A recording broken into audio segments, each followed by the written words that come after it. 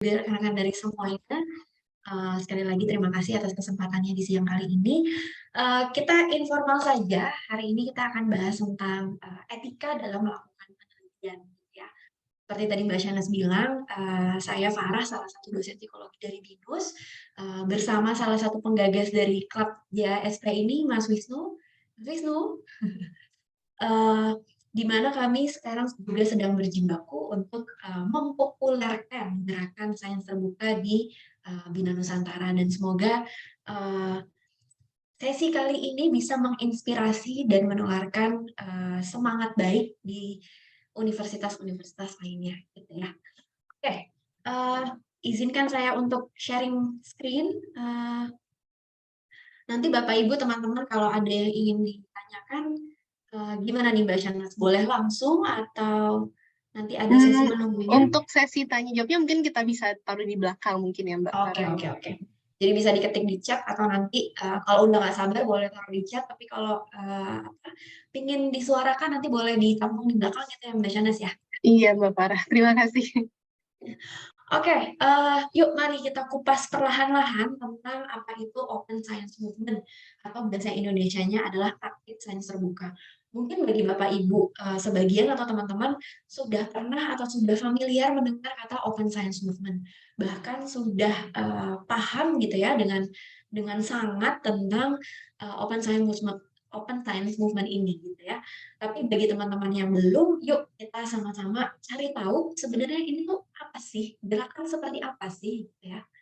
Seperti yang kita bisa lihat, ini kalau sudah pernah mengalami rasanya gerasa ya, begitu kita atur di apapun platform statistik kita, terus nilai p-value-nya adalah 0,051 gitu kan.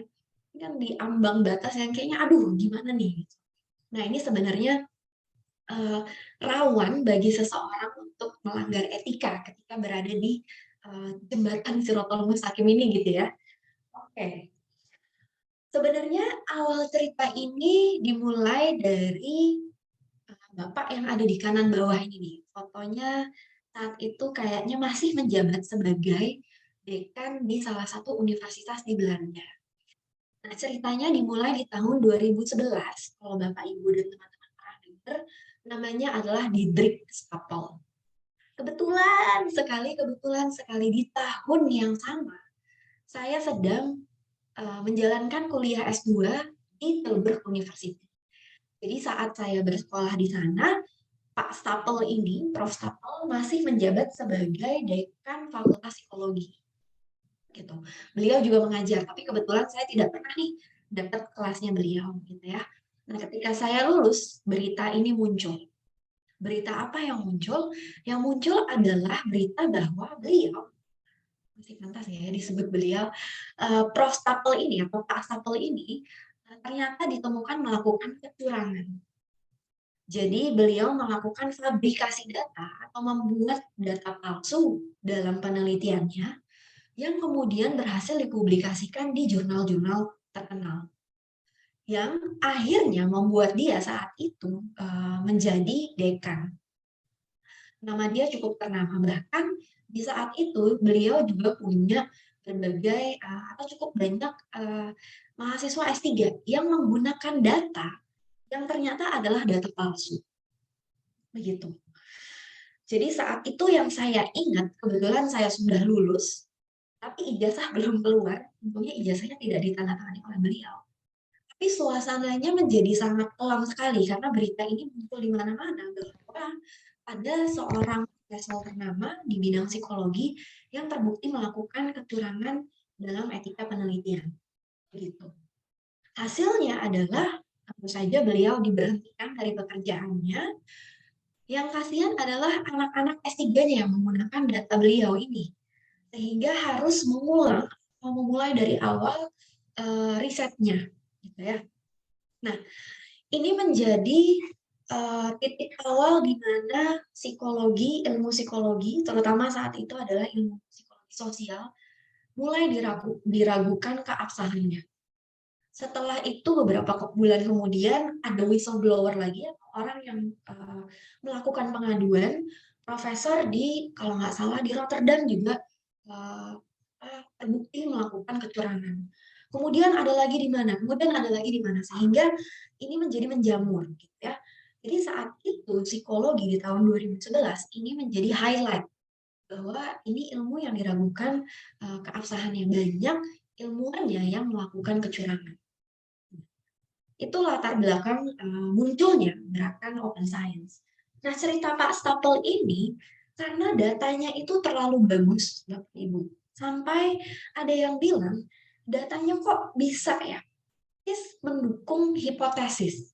Fitted the hypothesis so perfectly, sampai salah satu co-autornya bercanda bahwa jangan-jangan dia malah bikin data bohong kan nih, bercanda doang, dan ternyata itu benar. Jadi ketahuannya adalah, data ini kan dipegang oleh si Stapel. Ini salah satu co-autornya waktu itu minta, boleh nggak saya coba untuk reanalisis gitu ya. Tapi nggak dikasih. Nah, beberapa co-autor lain tuh percaya aja. Kenapa? Karena Stapel udah punya nama. Jadi kan biasa tuh ya, kultur kalau, oh dia kan profesor ternama, jadi kalau itu ya udah percaya aja. Dan itulah dia memanfaatkan itu. Gitu ya. Jadi sampai situ ketahuan bahwa ternyata datanya dibuat-buat gitu ya. Yang parahnya lagi, beliau ini sebenarnya tidak pernah mengambil data sama sekali. Uang hibah yang didapat itu masuk ke kantongnya sendiri. Di dalam budget ditulis dia akan meng-hire asisten peneliti. Yang ternyata juga nggak ada orangnya. Jadi semua hanya rekayasa. Data itu dia buat sendiri sedemikian rupa sehingga sangat cocok dengan hipotesis dalam penelitian itu. Ya, di situ dia terbitkan beberapa banyak publikasi yang kemudian mengangkat namanya dia sehingga menjadi dekan di Tilburg University. Kira-kira begitu ceritanya. Nah, saat itu tidak hanya psikologi yang sudah menjadi spotlight, yang di dalam spotlight bahwa penelitiannya atau ilmunya sedang diragukan. Beberapa penelitian yang terkait dengan medicine atau kedokteran juga sedang menjadi dan di-highlight, apa tuh di-highlight ya, disoroti gitu ya. Ini salah satunya. Ini yang pertama adalah di tahun 98, ini yang cukup terkenal tentang penanganan kalau nggak salah kanker pada anak, gitu ya. Yang terbukti bahwa ternyata, jadi kalau nggak salah ini ada informasi tertentu tentang treatment yang bisa dilakukan untuk mencegah kanker pada anak kalau nggak salah, atau nanti bisa dibaca. Yang ternyata informasi itu salah. Jadi misinformation yang kemudian uh, membuat banyak pasien yang akhirnya tidak sembuh gitu ya gara-gara misinformasi ini. Terus ada lagi tentang, nah ini kemoterapi Bapak Ibu. Dikatakan bahwa ada treatment tertentu menggunakan alat tertentu yang dipercaya atau dibuktikan menurut penelitian ini bisa menyembuhkan kanker payudara. Ya, dan gara-gara ini banyak di sini dikatakan ribuan pasien penyakit kanker payudara yang mengikuti treatment yang cukup mahal. Padahal treatment ini sebenarnya tidak ada hasilnya karena kecurangan dalam melaporkan hasil. Ya, ini di medicine. Nah, ini kemudian tentang namanya juga terkenal, Jan Hendrik Kohn, orang Jerman, di mana beliau ini menciptakan suatu alat kalau nggak salah ya, organic laser pakai plastik kalau nggak salah, yang bisa, ini juga terkait dengan medicine. Ini ternyata terbukti, ini beliau bahkan mendapat penghargaan di mana-mana sebagai peneliti muda yang mampu menciptakan suatu alat yang breakthrough gitu ya. Tapi ternyata hasilnya dimanipulasi. Jadi saat itu medicine pun juga sedang mengalami krisis kepercayaan. Ditambah lagi gara-gara satu, psikologi juga menjadi highlight, spotlight gitu ya, diragukan keabsahannya. Banyak ditemukan profesor, halo, ditemukan profesor yang terbukti bahwa melakukan kecurangan dalam penelitian. Ini kan sangat menyedihkan ya bagi ilmu psikologi dan ilmu kedokteran. Nah, yang dilakukan para peneliti tersebut, termasuk Stapel, disebut sebagai scientific misconduct. Ya, apa sih sebenarnya scientific misconduct? Scientific misconduct adalah sebuah pelanggaran kode etik terutama dalam melakukan publikasi dan penelitian. Jadi ketika kita melakukan kecurangan dalam proses penelitian, disebutnya adalah sebagai scientific misconduct. Kira-kira begitu. Nah, ada apa saja sih yang termasuk ke dalam scientific misconduct atau sekarang lebih dikenal sebagai actionable research practices. Praktik penelitian yang meragukan, gitu ya. Nah, ada apa saja? Ini ada 3 yang dianggap sebagai dosa besar. Gitu. Mudah-mudahan nih hidupnya susah gitu ya, kalau boleh didoakan gitu karena melanggar etika dalam penelitian. Nah, menurut US National Science Foundation ada 3 kategori. Yang pertama adalah fabrikasi, itu yang dilakukan oleh Staple. Kemudian ada yang disebut sebagai falsifikasi, dan yang terakhir mungkin ini yang paling familiar kalau Bapak Ibu sebagai dosen adalah plagiarism gitu ya. Karena ini kita selalu ngecek apakah mahasiswa kita melakukan plagiat gitu. Kalau di BINUS melakukan plagiat hukumnya adalah DO. Ya, cukup tegas. Nah, 3 ini dianggap sebagai scientific misconduct atau questionable research practice. Praktik penelitian yang diragukan. Nah, kalau Bapak Ibu atau teman-teman melakukan atau menemukan sebuah kesalahan, tapi kesalahan itu sifatnya jujur gitu ya, bukan karena punya niat untuk melakukan pelanggaran etika, itu tidak termasuk ke dalam scientific misconduct. Kita namanya juga manusia dapat melakukan kesalahan. Tapi kesalahan itu adalah harus kesalahan yang jujur gitu ya, bukan diniatkan untuk melakukan kesalahan. Nah, kalau sifat kesalahannya adalah tidak diikuti oleh niat gitu ya, honest error di sini itu disebutkan termasuk ke dalam questionable research practices. Kira-kira begitu ya. Mudah-mudahan kalau kita melakukan kesalahan ini benar-benar adalah kesalahan manusia gitu ya, bukan karena niat jahat Bapak Ibu untuk melanggar etika. Yuk kita bahas sekarang apa sih yang dimaksud sebagai fabrikasi. Nah, fabrikasi ini yang dilakukan oleh si Stapel adalah kegiatan membuat data palsu. Jadi benar-benar misalnya dari Excel kosong itu dibikin sebuah data. Gitu ya. Dari data itu kemudian diolah, menghasilkan hasil gitu ya. Dan kemudian dari data tersebut dilaporkan ke dalam manuskrip atau ke dalam publikasi. Kalau Bapak Ibu membuat data dummy misalnya dengan tujuan untuk mahasiswa kita berlatih statistik gitu ya. Nah, itu bukan termasuk data aplikasi. Karena tujuannya hanya untuk latihan. Tapi kalau sampai benar-benar membuat data palsu, kemudian diolah, hasilnya dilaporkan dalam paper dan dipublikasi, nah itu baru dianggap fabrikasi data. Berarti Bapak Ibu melakukan salah satu dosa besar dalam penelitian. Begitu ya kira-kira.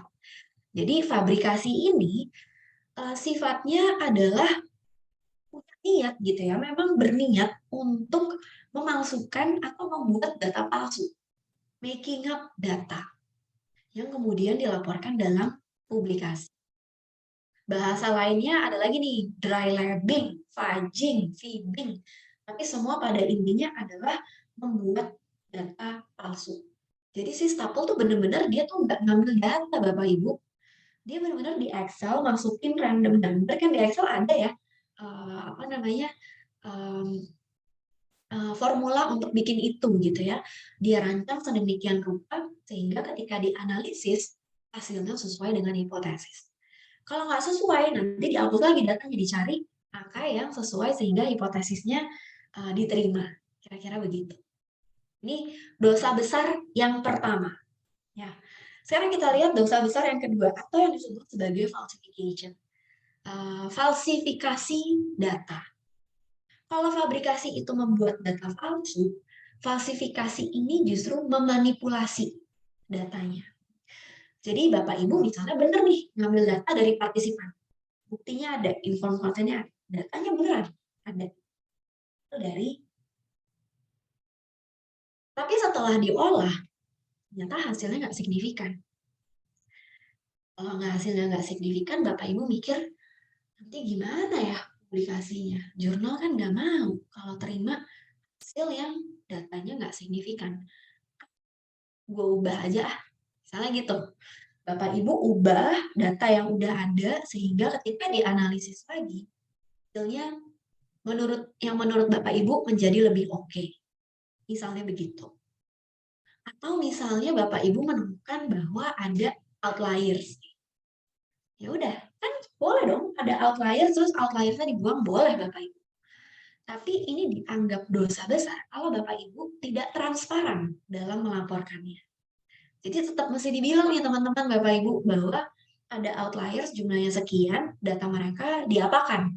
Dibuang, dipisah, apa? Diapain? Nah, itu masih dikasih tahu. Gitu ya. Atau misalnya Bapak Ibu pilih-pilih nih, yang ini partisipannya oke nih, datanya dia bagus. Kalau yang ini kayaknya ini tidak mendukung hipotesis. Yang ini bagus nih, berarti gue akan ngambil hanya partisipan 1, partisipan 5, partisipan 17 gitu ya. Nah, itu yang disebut sebagai salah satu kegiatan falsifikasi data. Gitu. Nah, contoh-contohnya ada banyak nih, Bapak Ibu. Falsifikasi itu seperti apa? Yang pertama, cherry picking. Kesannya kayaknya menyenangkan gitu ya. Pilih-pilih cherry. Gitu. Ingatnya begini, kenapa dikasih nama cherry picking? Karena kalau kita bikin kue, pasti kan kita mau naruh buah cherry yang paling cakep gitu kan ya bentuknya ya. Yang mengkilat, yang bentuknya bagus gitu. Bapak Ibu pasti nggak pilih cherry yang bentuknya blesek gitu kan. Nah, ini dilakukan ketika peneliti memilih partisipan yang benar-benar sesuai dengan hipotesis yang diinginkan. Atau memilih data yang hanya diinginkan sehingga mendukung hipotesis. Jadi usaha untuk memilih-milih data itu disebut cherry picking, termasuk falsification. Terus ada yang namanya p-hacking. P-hacking ini adalah kayak kita mancing-mancing gimana caranya biar p-value-nya signifikan. Gitu ya. Bisa jadi salah satu caranya dengan cherry picking ya. Atau misalnya bisa Bapak Ibu mengubah datanya atau membuang partisipan-partisipan yang tidak mendukung nilai signifikansi. Nah, itu pokoknya usaha untuk membuat p-value-nya menjadi signifikan disebut p-hacking. Ya, itu juga tidak boleh. Batasannya sebenarnya juga sangat tipis, nanti bisa kita diskusikan lebih lanjut gitu ya. Kalau misalnya Bapak Ibu berniat gitu ya, misalnya pokoknya jumlah partisipan saya maunya 30.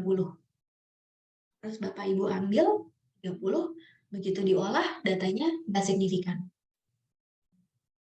The rule of thumb bilang mungkin biar signifikan, nilai signifikansinya turun gitu ya, saya mau ngambil data lagi ya. Jadi datanya ditambahin gitu ya, supaya nilainya menjadi signifikan. Nah, itu juga termasuk p-hacking. Yang terakhir, ini disebut sebagai hacking. Jadi HARP-nya itu adalah singkatan dari hypothesizing after results are known. Pasti kalau Bapak Ibu yang mengajarkan research metodologi gitu ya, ini saya lihat ada beberapa mahasiswa saya gitu kan, langkah awal ketika kita merancang sebuah penelitian, yang pertama adalah kita mesti tahu kita mau meneliti apa. Apa sih yang bikin kita penasaran? Ya kan? Berarti itu dinamakan research questions. Kalau udah ada research questions ya, udah ada pertanyaannya. Kita sebagai peneliti boleh berasumsi. Kayaknya hasilnya kayak gini nih. Kayaknya ada nih hubungan antara X dan Y. Kayaknya Y mempengaruhi Z nih. Misalnya gitu. Itu asumsi kita sebagai peneliti. Yang disebut bahasa kerennya sebagai hipotesis. Kan begitu ya? Berangkat dari hipotesis, kita ngumpulin data. Ya kan? Ngumpulin data untuk menguji asumsi kita benar atau enggak. Kan begitu. Baru setelah data didapat, diolah, kita bisa lihat nih datanya, hasilnya ya, sorry. Apakah hasilnya itu sesuai dengan asumsi kita atau enggak? Kan gitu ya. Baru habis itu kalau dipublikasikan kita tulis di bagian diskusi kenapa ini sesuai, kenapa ini tidak. Harusnya seperti itu ketika kita membuat suatu penelitian. Tapi ini juga nggak sedikit orang yang melakukan hipotesis mah belakangan aja. Kita punya nih misalnya research question, saya pingin deh lihat hubungan antara X dengan Y. Oke, berarti saya masih ngambil data untuk mengukur X dan mengukur Y. Gitu ya. Tapi ternyata hasilnya misalnya tidak ditemukan korelasinya. Berarti kan sebenarnya itu tidak sesuai dengan asumsi kita sebagai peneliti, gitu ya. A0 diterima. Tapi abis itu Bapak Ibu kemudian mengubah nih alur ceritanya. Kalau di bagian pendahuluan Bapak Ibu sudah berargumen bahwa ya saya yakin nih bahwa ada hubungan antara X dengan Y karena ini. Begitu hasilnya enggak, terus Bapak Ibu ubah, ya. Enggak kok, asumsi saya di awal tuh enggak begitu. Membuat hipotesis setelah hasilnya ditemukan itu termasuk salah satu scientific misconduct. Jadi jangan dibalik, ya teman-teman, rekan-rekan sekalian. Hipotesis kita punya, ambil data itu untuk menguji hipotesis. Jangan sampai, ini juga yang saya sering temukan pada mahasiswa mengerjakan skripsi. Saya mau lihat pengaruh X terhadap Y. Ternyata setelah diutak-utik, ternyata kebalik. Y yang mempengaruhi X. Kemudian bab satunya nih diubah nih. Gitu. Nah itu juga termasuk harking. Mengubah hipotesis setelah data ditemukan. Setelah hasil diolah, gitu ya. Oh salah, setelah data diolah dan mendapatkan hasil. Gitu. Jadi hipotesisnya justru disesuaikan dengan hasil temuan. Nah ini nggak boleh. Kan kita berangkatnya dari hipotesisnya dulu. Ini sering dilakukan karena orang-orang mikir, kalau hasil saya tidak sesuai dengan hipotesis, kan akan susah untuk dipublikasi. Makanya hipotesisnya aja yang saya ubah, biar sejalan dengan hasil temuan. Nggak boleh Bapak Ibu. Itu yang disebut sebagai harking. Ya, itu juga termasuk salah satu dari bentuk falsifikasi data. Ya. Nah, berangkat ke yang terakhir adalah plagiarism. Saya rasa teman-teman di sini semua juga sudah tahu, plagiarism adalah ketika kita mengambil ide, proses, hasil, kata-kata, quotes dari orang lain tanpa mencantumkan sumbernya. Ya, teman-teman mahasiswa ya. Bukan berarti nggak boleh, boleh kok. Kita mensitasi kata-kata dari orang lain. Katanya Kak Farah, katanya Mas Wisnu, gitu ya, katanya Mbak Cencen atau Bu Cencen, gitu ya. Boleh, tapi yang jangan dilupakan adalah cantumkan sumbernya. Dari mana itu? Saya dengar itu dari Kak Farah. Saya dengar itu dari siapa? Teori ini asalnya bukan dari kepala saya, tapi ini saya ambil dari siapa? Ya, itu yang disebut plagiarism. Ketika kamu mencuri hasil pemikiran, buah hasil pemikiran dari orang lain tanpa mencantumkan sumbernya. Jadi teman-teman, kalau teman-teman mahasiswa mencontek, gitu ya, kenapa ini masuk plagiarism? Karena kan teman-teman nggak mencantumkan itu hasilnya dari siapa, gitu kan? Kecuali kalian misalnya udah nyontek gitu ya, kamu nyontek dari Farah, nah kamu tulis tuh Farah 2022, itu tidak termasuk plagiarism, itu termasuk mencontek gitu. Karena ujian kan harusnya kamu nggak boleh nanya sama orang lain. Tapi itu nggak termasuk plagiarism karena kamu mencantumkan sumbernya, gitu ya. Tapi jangan dilakukan kalau dalam ujian ya. Nah, plagiarism ini terbagi dua. Ini yang paling umum adalah yang pertama, citation plagiarism. Ini ada yang disebut sebagai citation amnesia, pura-pura lupa. Nah ini juga sering nih mahasiswa. Kalau saya lupa, ini kalau ini tuh bukan dari saya, ini tuh saya lupa nulis sumbernya Kak. Pura-pura lupa. Disregard syndrome. Ini tuh kalau kamu nggak ingin menghormati siapa sih sebenarnya yang punya ide awalnya. Sumber aslinya tuh siapa. Terus bibliographic negligence. Ini kalau memang secara sengaja emang males aja nulis sumber referensinya. Ini yang juga sering kita temukan dalam blog-blog gitu ya, atau dalam sosial media misalnya, atau dalam di internet kan sekarang sumber banyak sekali gitu ya. Jarang sekali mereka mencantumkan sumber aslinya tuh dari mana. Simply karena ya nggak perlu aja referensinya. Nah itu kan sebenarnya termasuk plagiarism gitu. Nah yang kedua, ini yang orang mungkin juga sering, ini yang tidak sepopuler yang pertama gitu ya. Jadi orang tuh sering lupa bahwa ini sebenarnya termasuk self plagiarism. Self plagiarism tuh juga termasuk ketika kalau misalnya nih saya sudah publikasi gitu ya, menggunakan alat ukur tertentu gitu. Misalnya alat ukurnya apa ya? Tentang self esteem gitu ya. Sekarang mahasiswa banyak nih ngomongin tentang self esteem gitu. Alat ukurnya tentang self esteem sama tuh dari siapa sih? Rosenberg ya kalau nggak salah. Jadi saya tuliskan tuh di paper saya, alat ukur yang saya gunakan adalah alat ukur self esteem dari lalala. Itemnya ada sekian, lalala. Nah, publish, gitu kan? Berhasil nih, Scopus Q1. Bikin lagi nih penelitian lanjutan menggunakan co-founder yang sama. Sama juga self esteem dari Rosenberg. Berarti kan di bagian alat ukur, daripada saya membuat tulisan baru, mendingan saya copy paste aja dari publikasi saya yang sebelumnya. Saya juga penulisnya. Nah itu juga nggak boleh Bapak Ibu, teman-teman sekalian.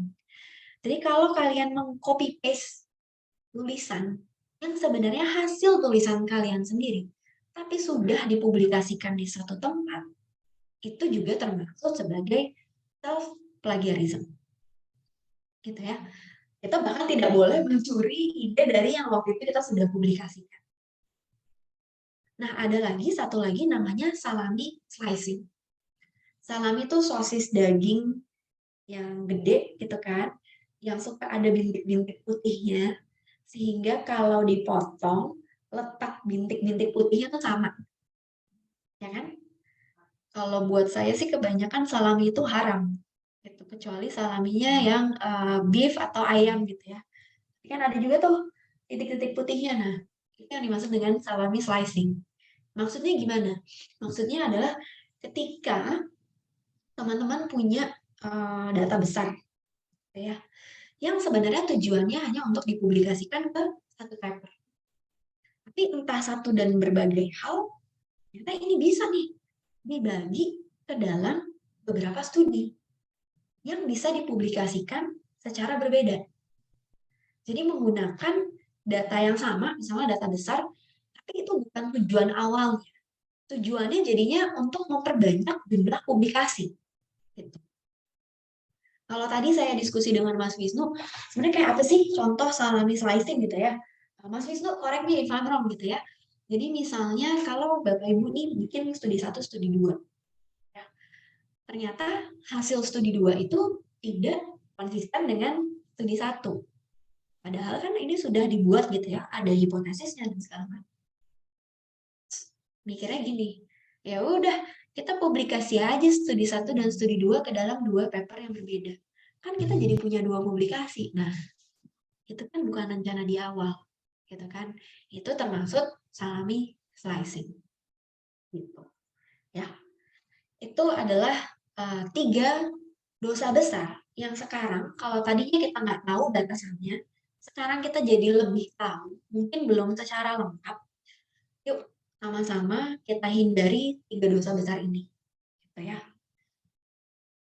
Tetapi lucunya, walaupun sudah mungkin banyak yang tahu gitu ya, saya rasa dosen mana sih yang nggak tahu soal plagiarism, soal membuat data palsu apalagi dipublikasikan. Kenapa masih ada orang-orang yang melakukan ini? Yang pertama adalah career pressure, tekanan karir, ya kan? Kita nih sebagai peneliti untuk naik jenjang akademik gitu kan ya, dihitung selain dengan beban kerja yang lain, salah satunya adalah jumlah publikasi. Ya kan? Publikasi di, katanya kalau di sini kan di Scopus, jurnal yang reputasinya bagus. Apalagi kalau Bapak Ibu sering dapat hibah penelitian, itu kan oke banget. Tapi untuk dapat hibah penelitian, CV Bapak Ibu juga dicek. CV Bapak Ibu yang isinya juga harus berapa banyak publikasi yang sudah dilakukan. Jadi ini kan kayak lingkaran gitu ya. Nah ini yang dimaksud dengan career progression. Untuk bisa publikasi di jurnal terkenal, pasti yang ada di mindset orang-orang adalah hasilnya itu harus yang signifikan.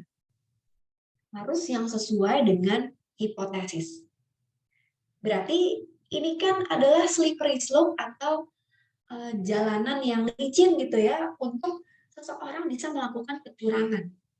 Demi saya punya banyak publikasi, tapi kalau untuk bisa publish di jurnal terkenal datanya harus signifikan, hasilnya harus signifikan. Berarti kalau tidak signifikan, there's something I should do to make this beautiful. Kan ya? Nah, itu yang seringkali membuat seseorang tergelincir melakukan ketiga dosa besar tadi. Termasuk si stapel. Kalau yang saya ingat dulu ya, mobilnya stapel tuh udah paling cakep lah di kampus. Dan orangnya tuh emang agak terlente gitu ya. Wah, saya dosen yang oke, yang punya, dan segala macam gitu. Nah, ini data itulah yang dia pakai sebenarnya untuk menaikkan jenjang karir mereka. Gitu ya. Ini kan mengkhawatirkan. Tuntutan karir yang begitu kerasnya banyak membuat para peneliti mudah-mudahan tidak gitu ya, tapi bisa membuat peneliti berpikir untuk melakukan tiga dosa besar tadi. Gitu. Nah, selain tuntutan karir, yang kedua adalah sebenarnya mudah loh, Bapak Ibu, teman-teman, untuk melakukan dosa ini.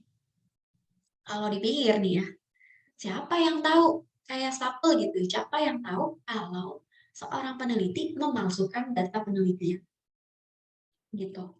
Nggak ada gitu ya, apa namanya, yang benar-benar ngeliatin gitu kan, hanya Bapak Ibu dan rekan-rekan dan Tuhanlah yang tahu gitu kan, kalau benar-benar misalnya bikin data palsu.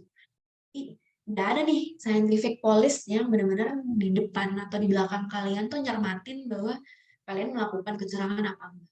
Kalau saya hapus data yang ini kan nggak ada yang tahu orangnya. Jadi bisa tuh melakukan itu. Mudahnya untuk melakukan kecurangan ini. Makanya sering dilakukan oleh orang yang, kalau nanti kita bahas, orang-orang yang tahu caranya, mungkin jadi tahu cara untuk melakukan kecurangan ini, gitu ya. Jadi yang pertama tuntutan karir, yang kedua gak ada yang ngawasin kok. Siapa yang mau ngawasin saya ngapus data aslinya? Siapa yang ngawasin saya bikin data palsu? Gak ada. Informed consent bisa juga saya bikin, misalnya gitu. Ya. Jadi ini adalah dua dari, mungkin ada alasan-alasan lain kenapa seseorang melakukan kecurangan ini. Ya. Nah, terus kenapa? Kenapa kita mesti aware dengan hal ini? Ini contoh kalau di BINUS nih, Bapak Ibu. Di BINUS, itu setiap tahunnya dikasih tahu tuh, di awal tahun nih, nanti Januari, target publikasi seluruh dosen di tahun ini adalah sekian. Gitu ya. Misalnya ini, 10.000 publikasi Scopus dalam waktu 3 tahun. Terus kan nanti diturunkan ke fakultas, diturunkan ke jurusan, dan akhirnya turun ke KPI Bapak Ibu sekalian. Semua harus publikasi di Scopus, ya kan? Kemenristek Dikti juga bilang yang diakui itu adalah yang di Scopus, gitu ya.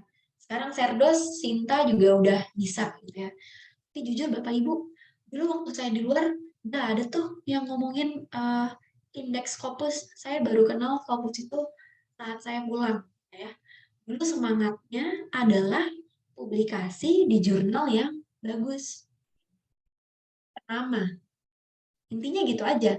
jurnal yang Bapak Ibu sekalian sering citasi dalam manuskripnya. Baru sekarang nih, semua Scopus tuh jadi nama yang tidak asing lagi di telinga kita sebagai akademisi, gitu ya. Terus yang terakhir adalah tuntutan karir kita untuk pemenuhan KPI, jenjang jabatan akademik, dan Serdos tuh sertifikasi dosen. Iya bukan sih? Kita selalu sering Serdos, aku jadi lupa. Benar nggak, Mbak Yanes? Iya, betul Mbak Farah. Sertifikasi dosen, iya kan? Nah, itu kan juga ada tuh kayak jumlah publikasi berapa, publikasinya di mana gitu kan. Itu menjadi tuntutan yang tiap semester mesti kita pikirin gimana cara pemenuhannya. Ini kan tuntutan karir.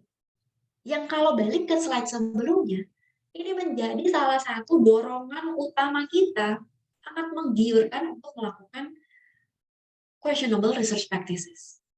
Gitu ya.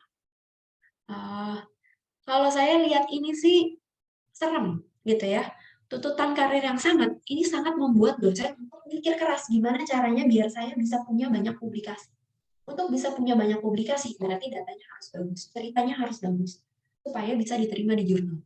Nah, berarti kalau datanya nggak bagus, berarti ini harus saya olah sehingga hasilnya bisa bagus. Kan gitu. Kayak lingkaran setan gitu ya. Nah, kemudian, kalau kita melakukan kesalahan ini benar kan ya? Ya, apa sih akibatnya? Konsekuensinya itu apa? Jadi yang dari tadi saya omongin ini bukan hanya sekedar dosa besar terus masuk neraka gitu ya. Ya, tapi implikasinya banyak. Sekarang Bapak Ibu juga boleh loh cek atau teman-teman sekalian gitu ya. Si Stapel tuh lagi ngapain sih saat ini? Gitu ya. Kan berarti udah 11 tahun, itu kan 2011, berarti 11 tahun since dia ditemukan melakukan kecurangan. Sudah 11 tahun dari saat dia ketahuan melakukan kecurangan. Yang pasti Bapak Ibu, kalau sampai ketahuan, diberhentikan dari pekerjaan. Gitu ya. Di blacklist, nama Stapel udah nggak mungkin dia bisa bekerja di univ manapun. Gitu ya. Kalau kita ketahuan melakukan ini, di scientific community, itu nama kita sudah di blacklist. Apalagi kalau Bapak Ibu namanya sudah terkenal gitu ya. Terus, ini karena masuk blacklist, bisa jadi di-ban atau dilarang untuk melakukan publikasi dari riset-riset Bapak Ibu selanjutnya. Horor ya. Terus juga dilarang dari menerima penerimaan hibah. Ngomong kayak gini aja udah serem gitu. Apalagi nih, mungkin juga Bapak Ibu harus membayar denda, gitu kan? Karena waktu itu Stapel kan juga udah publikasi di jurnal-jurnal terkenal, terus harus ditarik papernya, dan itu kan juga membuat jurnal tertentu namanya menjadi buruk. Mungkin ada imbas finansial yang si Stapel mesti bayar. Dan sangat mungkin untuk dilakukan atau dipenjarakan, gitu ya. Salah satu riset saya dengan mahasiswa adalah ngomongin ini nih, kayak apa sih pandangan masyarakat bagi peneliti yang ketahuan melakukan pelanggaran etika dalam penelitian. Ternyata masyarakat Indonesia belum banyak yang terlalu strict gitu ya. Jadi hukumannya adalah denda, nggak sampai masuk penjara. Kata masyarakat Indonesia. Kira-kira begitu. Tapi sebagai akademisi, saya rasa poin 1 sampai, buat saya sih sampai semuanya ya, ini sudah cukup membuat saya merasa horor gitu ya, kalau sampai tertangkap melakukan kecurangan dalam penelitian, atau melakukan praktik penelitian yang meragukan, questionable research practices. Terus, kita bisa apa dong? Nah, berangkat dari tahun 2011, begitu menjamur di beritanya bahwa psikologi ini menjadi sorotan, diragukan, inilah, wah, sedih banget deh waktu itu ceritanya. Mulailah muncul suatu gerakan yang namanya Open Science Movement. Gerakan sains terbuka. Jadi kurang lebih ini usianya mungkin sudah hampir 10 tahun gitu ya. Kalau di sini pengertian ini diambil di tahun 2016 tentang apa itu open science.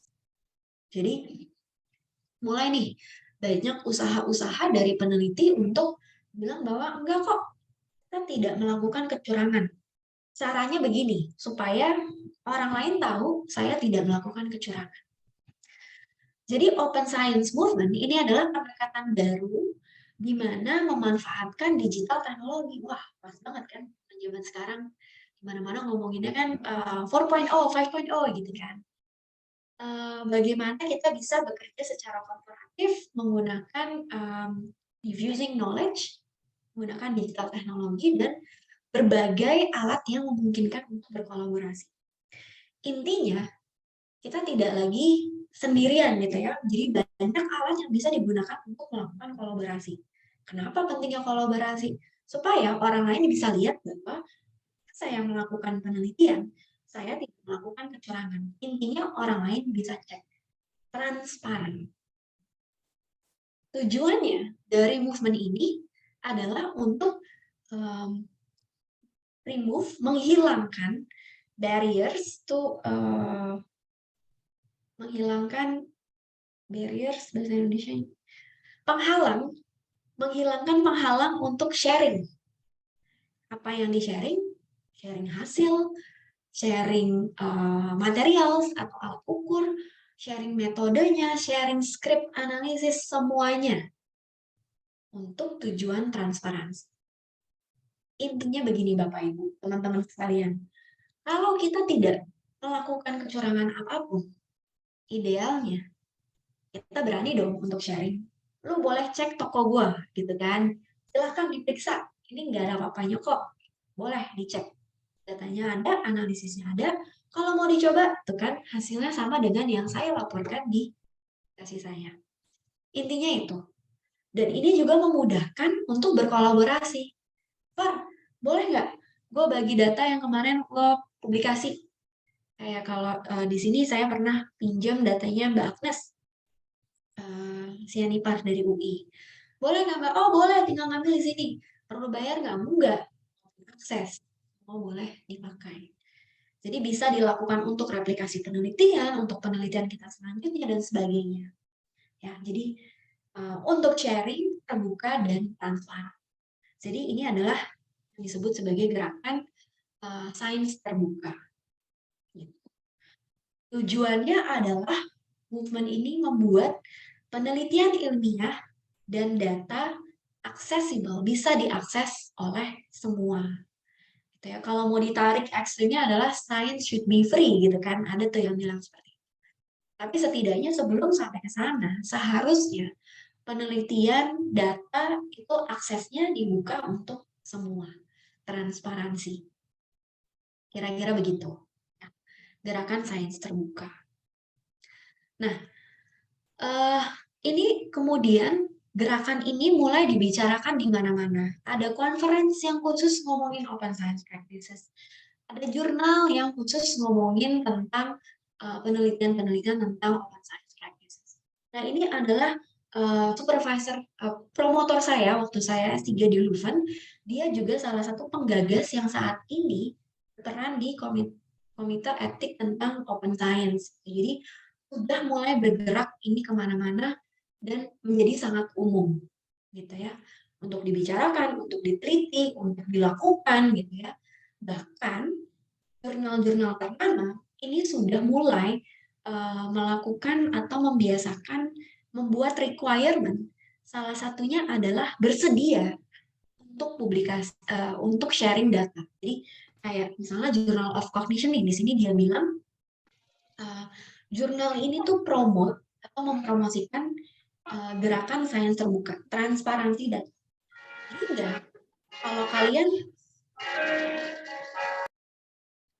kalau kalian mau publikasi di sini, kalian harus bersedia untuk sharing data kalian. Gitu. Jadi monggo dicek. Sekarang kebanyakan jurnal-jurnal Q1 ini setidaknya ada, kita harus mencantumkan kode etiknya nomor berapa, dan kesediaan kita untuk melakukan transparansi, sharing data, analisis, material, dan sebagainya. Gitu. Jadi ini adalah bukan hal yang tidak asing lagi, gitu ya. Ini bahkan ada jurnal khusus Open Psychology Data, nanti bisa dicek, ya. Sudah dibicarakan di mana-mana. Nah, ini sebenarnya cabang-cabangnya dari si Open Science Practices. Isinya apa aja sih? Open data. Kita dianjurkan untuk sharing data. Open sources. Kita sharing material kita sharing sumber-sumber kita. Open metodologi. Kita kasih tahu kayak apa sih kita melakukan penelitian kita secara terbuka. Peer review. Jadi penelitian kita sebelum publis itu juga di-review oleh banyak orang gitu ya. Itu juga ada salah satu platform yang mengkhususkan penelitiannya seperti ini gitu ya. Jadi misalnya kita masukin dulu abstraknya, kemudian di-review oleh banyak orang. Kalau udah di-approve baru kita lanjut ke tahapan berikutnya. Open access science untuk semua gitu ya. Makanya kalau dulu saya tuh selalu dibilang nggak apa-apa, kita yang bayar untuk masuk ke jurnal tertentu, tapi bukan jurnal fishing ya. Jadi kan ada kayak misalnya PLOS ONE, kita masih bayar. Tapi akses untuk orang-orang yang baca itu gratis. Gitu. Terus habis itu ada open educational resources. Jadi kebanyakan universitas itu sudah punya akses ke jurnal-jurnal, gitu ya. Saya baru kenal Sci-Hub tuh baru di sini. Nah, kalau dulu prinsipnya adalah work, finish, publish. Kerja, selesaikan, publikasikan. Gitu kan. Tapi semenjak ada open science, tidak berhenti sampai publikasi. Work, publish, release. Jadi share Bapak Ibu data kalian, material kalian, alat ukur skrip untuk analisis supaya orang lain bisa belajar dari data kita. Kalian for public, gitu ya. Nah, ini coba ya, ini saya plagiat apa enggak nih? Harusnya ini ada quotation nih, nanti saya harus cari ya sebelum saya share slide ini ke kalian. Karena ini bukan kata-kata saya nih. Ini harusnya saya dapatkan dari sebuah sumber nih. Ini kayaknya lupa. Mohon maaf, ini kalau direkam ini tidak bermaksud untuk plagiat ya. Ini bukan kata-kata saya. Nah, sekarang kita ngomong yang pertama, kalau Bapak Ibu pernah dengar ada yang disebut sebagai pre-registrasi. Izin Bapak Ibu minum dulu sedikit.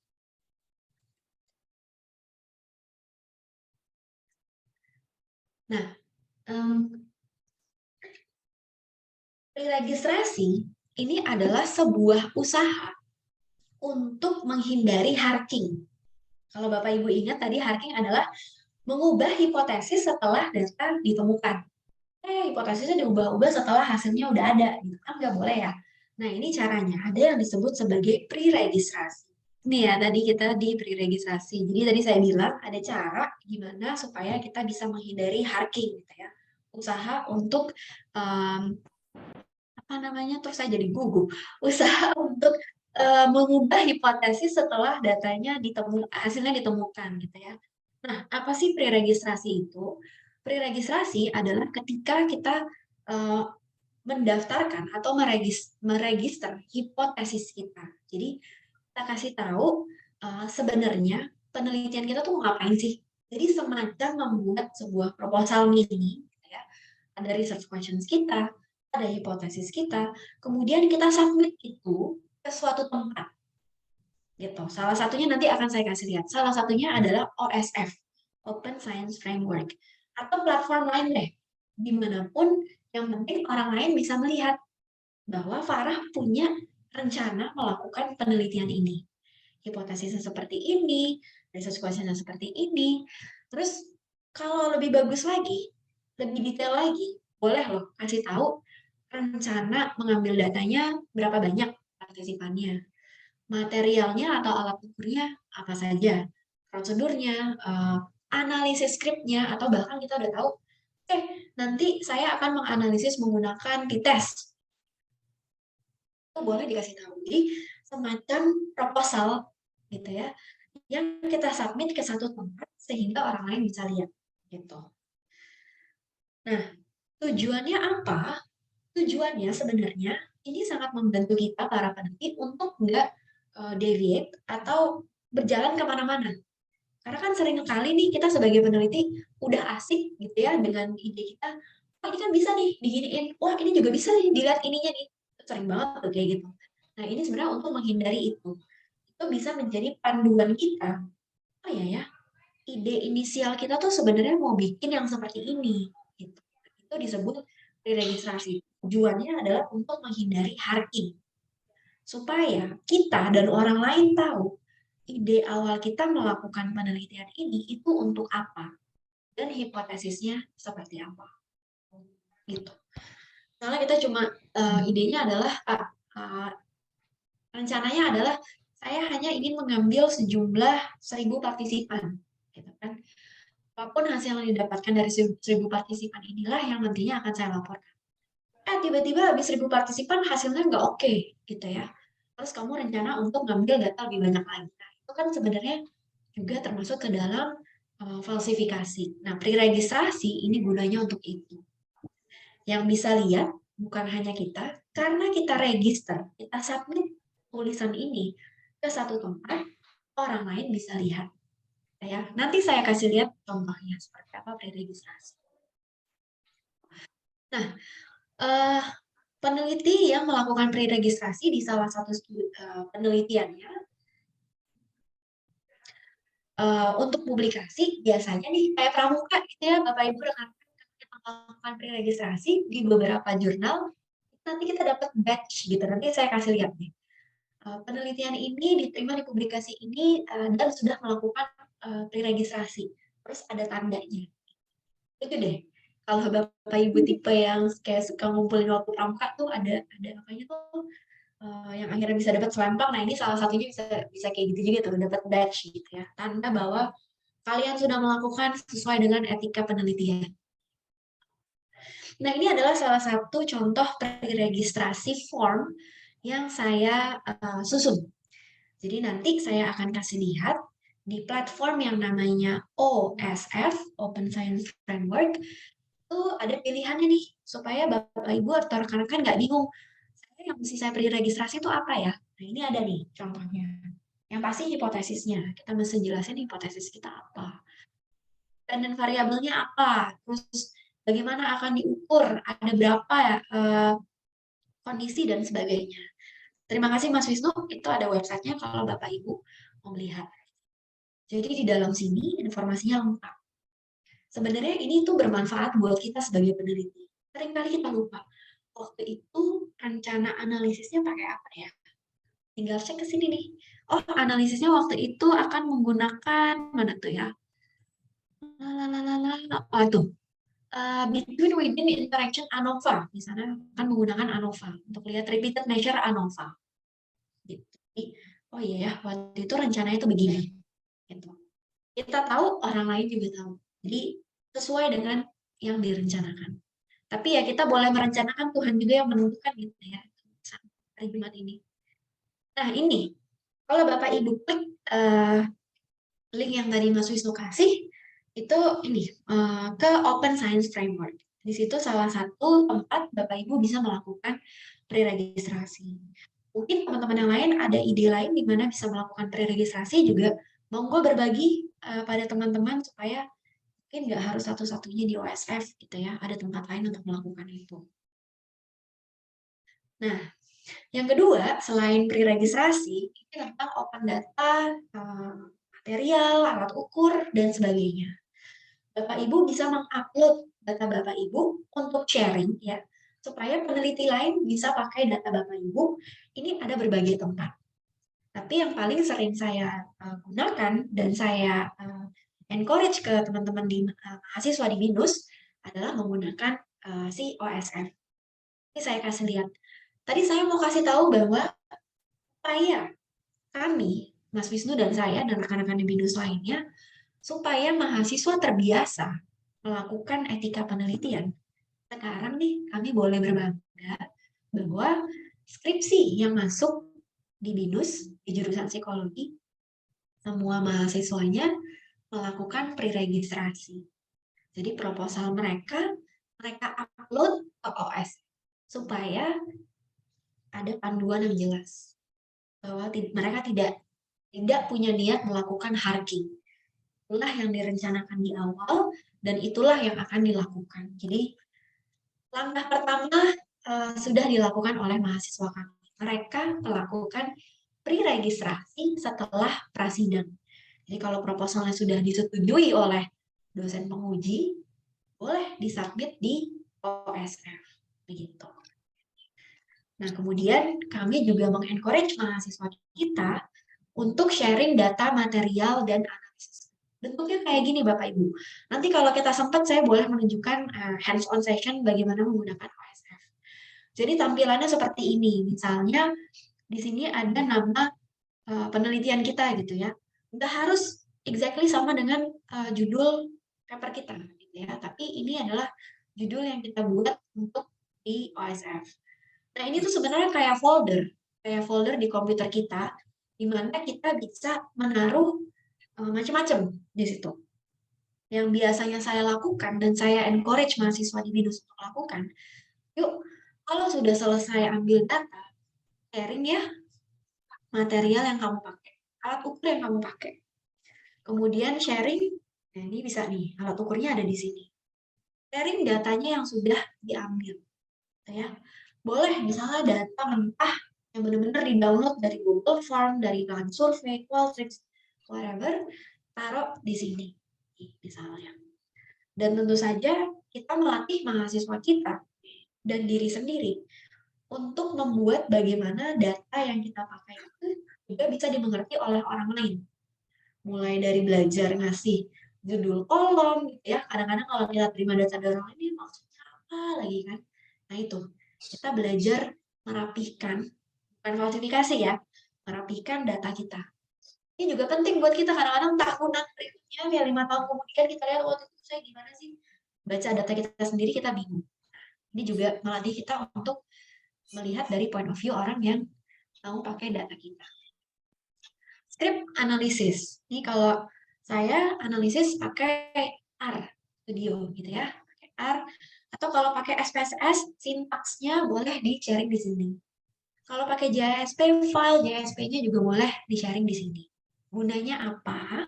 Gunanya, kalau orang lain mau replikasi data kita, atau sekedar mau ngecek, Farah bener gak sih ngelaporin hasilnya sesuai dengan apa yang ditemukan. Nah, orang kan tinggal download data saya, download analisis saya, tinggal reanalisis, terus lihat hasilnya bener nggak, sama nggak dengan yang Farah laporkan. Ini publikasinya dia. Intinya gini Bapak Ibu, kalau emang nggak ada niat untuk melakukan kecurangan, kenapa masih takut untuk sharing? Gitu ya. Dan yang terakhir, ini opsional, Bapak Ibu juga boleh upload manuskrip yang Bapak Ibu siapkan untuk publikasi. Ini seringkali saya mendapatkan pertanyaan, terus kalau ada orang jahat nyolong ide kita, gimana dong? Kan datanya ada di situ, belum ada publikasi. Orang bisa analisis terus manuskripnya dipublikasi atas nama dia. Jangan khawatir. Di sini ada pilihan mau private atau dibuat public. Kalau saya selalu bikin private dulu. Jadi hanya saya dan nama-nama yang ada di kontributor yang bisa mengakses ini. Nah, terus gunanya apa? Orang lain kan nggak bisa lihat. Katanya transparansi. Dan khawatir Bapak Ibu. Ada di sini Bapak Ibu bisa lihat timestamp-nya.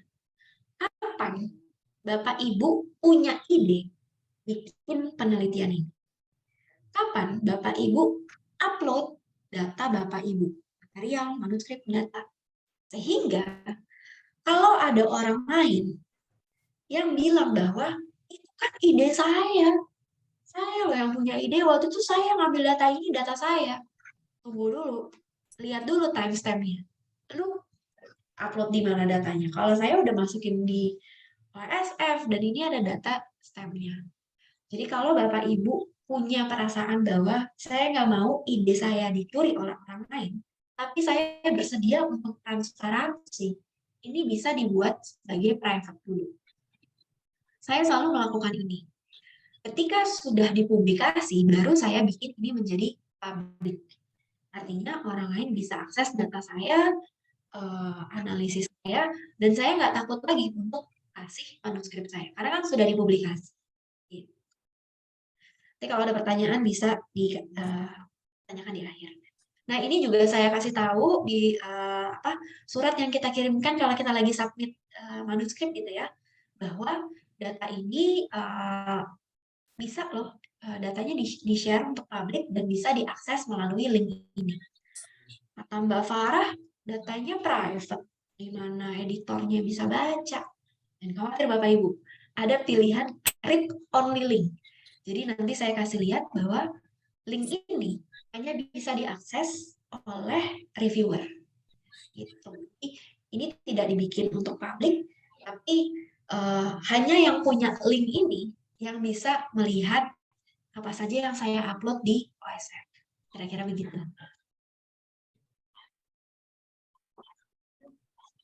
Terima kasih. Tohib saya, Mas Wisnu, membawakan saya kopi, Bapak Ibu. Terima kasih, terima kasih. Nah, kalau Bapak Ibu mau lebih berbangga lagi, nanti di publikasi Bapak Ibu tinggal isi tahu. Semua data, semua analisis bisa kalian cek di OSF, lalala. Mau analisis kodenya juga ada di sini. Jadi kan kita juga punya bukti bahwa transparan loh. Monggo kalau mau dicek gitu. Nah, yang berikutnya tadi kita udah ngomongin pre-registrasi, kita udah ngomongin data sharing, material sharing, sekarang kita ngomongin yang terkait dengan open peer review. Atau yang biasanya sering dikaitkan dengan studi replikasi. Nah, Bapak Ibu, teman-teman, jangan salah sangka bahwa ketika kita melakukan penelitian yang sama persis dengan penelitian orang, itu bukan berarti tidak boleh. Ya, ada studi-studi yang disebut sebagai replication studies, studi replikasi. Tujuannya apa? Tujuannya untuk mengecek kembali hasil yang sudah didapatkan dari penelitian sebelumnya. Jadi boleh kok study suatu penelitian yang sudah dipublikasi sebelumnya. Yang penting alasannya jelas. Misalnya, Bapak Ibu ingin melakukan penelitian tentang motivasi belajar mahasiswa di Jakarta. Itu sudah pernah dilakukan di tahun 2018. Tapi tahun ini saya juga ingin melakukan lagi loh. Persis sama dengan yang dipublikasi oleh Farah misalnya. Gitu.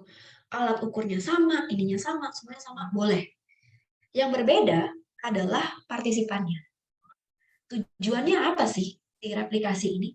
Replikasi sebenarnya tujuannya untuk mengkonfirmasi hasil dari penelitian sebelumnya.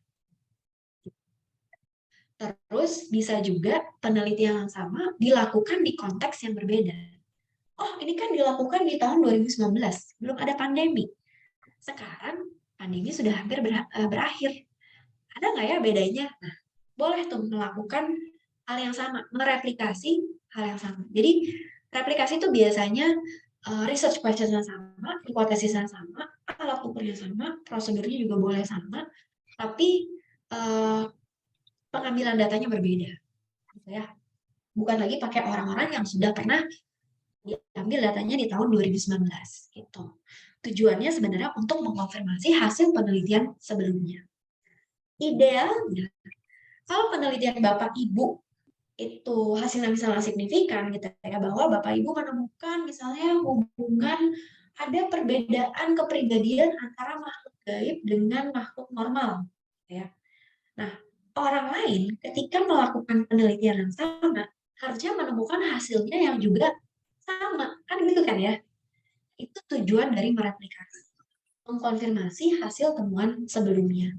Dosa nggak? Enggak. Yang penting bisa pakai bapak itu ya, nonton itu pula kau. Bisa Pak Felix, betul, bisa dilakukan. Yang penting sitasi. Kasih tahu bahwa studi ini merupakan studi replikasi dari penelitian sebelumnya. Ya. Nah, ini alasannya bahwa ternyata banyak yang penelitian-penelitian sebenarnya hasilnya signifikan, tapi efeknya tuh kecil atau powernya kecil. Jadi belum tentu bisa direplikasi di penelitian selanjutnya. Bisa jadi Farah melakukan penelitian X terhadap Y, terus Bapak Ibu mereplikasi exactly sama, tapi hasilnya beda. Berarti bisa aja jangan-jangan keabsahan hasilnya Farah ini diragukan gitu kan, apakah Farah melakukan falsifikasi gitu loh. Nah ini dia, dibilang bahwa psikologi, kalau kita ngomongin psikologi itu kan ilmunya cukup fluid gitu ya, ngomongin kompleksitas manusia yang belum tentu ketika direplikasi hasilnya sama. Makanya penting sekarang Bapak Ibu bisa lihat untuk melaporkan nggak cuma p-value, tapi juga nilai powernya dan efek size-nya gitu ya, supaya orang bisa tahu bahwa oke, ini hasilnya signifikan, tapi misalnya powernya kecil, ya nggak apa-apa, yang penting kita jujur. Kalau dulu kan, wah hasilnya signifikan gitu kan, kesannya bahwa efek yang akan ditemukan lagi kalau kita melakukan penelitian yang sama. Artinya kan ada yang tidak transparan gitu ya. Ini nggak apa-apa. Kalau efeknya kecil, powernya kecil, laporkan saja gitu. Karena kalau kita belajar ilmu manusia gitu ya, apalagi ilmu sosial itu kan uh, partisipannya kan fluid gitu ya. Dia dites kemarin sama dia dites sekarang belum tentu hasilnya sama. Dan ini menjadi salah satu uh, perks dari ilmu psikologi. Tetapi laporkan efek size-nya dan powernya. Nah ini menariknya ada beberapa penelitian terkenal yang ketika direplikasi nggak ditemuin loh hasilnya gitu ya. Ini ada penelitian BEM tahun 2011 yang menemukan bahwa kita tuh sebenarnya punya ability untuk feeling the future. Gitu. Bahkan dia bikin 9 eksperimen. Hasilnya semua mendukung bahwa kita bisa punya semacam kayak premonition. Pakai eksperimental lagi. Dia laporin efek size-nya, dilaporin power-nya. Kayaknya kan, wah legit banget gitu ya. 9 eksperimen semuanya mendukung hipotesis. Tapi begitu dilakukan oleh peneliti lainnya, setahun berikutnya, nggak ada tuh. Other authors were not able to replicate it. Jadi salah siapa dong? Apakah si BEM tidak jujur? Karena kan BEM bilang dia melakukan replikasi sendiri. Sampai 9 kali loh melakukan. Hasilnya mendukung hipotesis. Begitu dilakukan oleh orang lain, nggak ketemu tuh hasilnya. Ya. Terus ada lagi yang ini mungkin Bapak Ibu pernah dengar, ini yang mana nih ya? Ini nih, kalau psikologi mungkin ini familiar nih.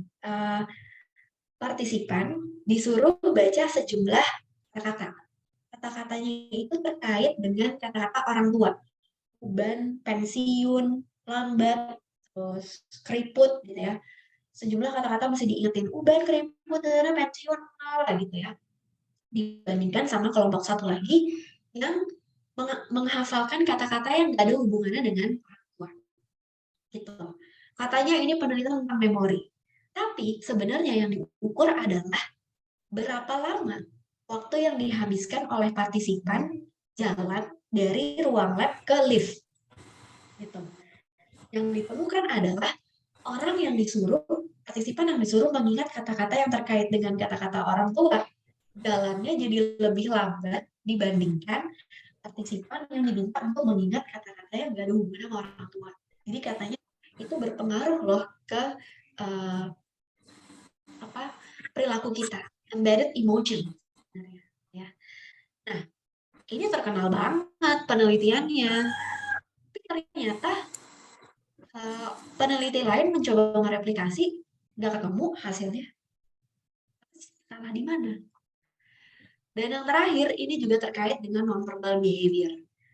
Salah satu tesis saya tuh juga sebenarnya tentang ini. Katanya, kalau kita melakukan posing nonverbal yang kayaknya berpower gitu ya, kayak ini kan berpower gitu ya, itu bisa membuat kita merasakan feeling of power. Nah, ini penelitiannya menemukan itu, katanya bisa memancing neuroendokrin dan segala macam gitu. Makanya setiap orang yang melakukan power posing juga bisa merasakan feeling of power.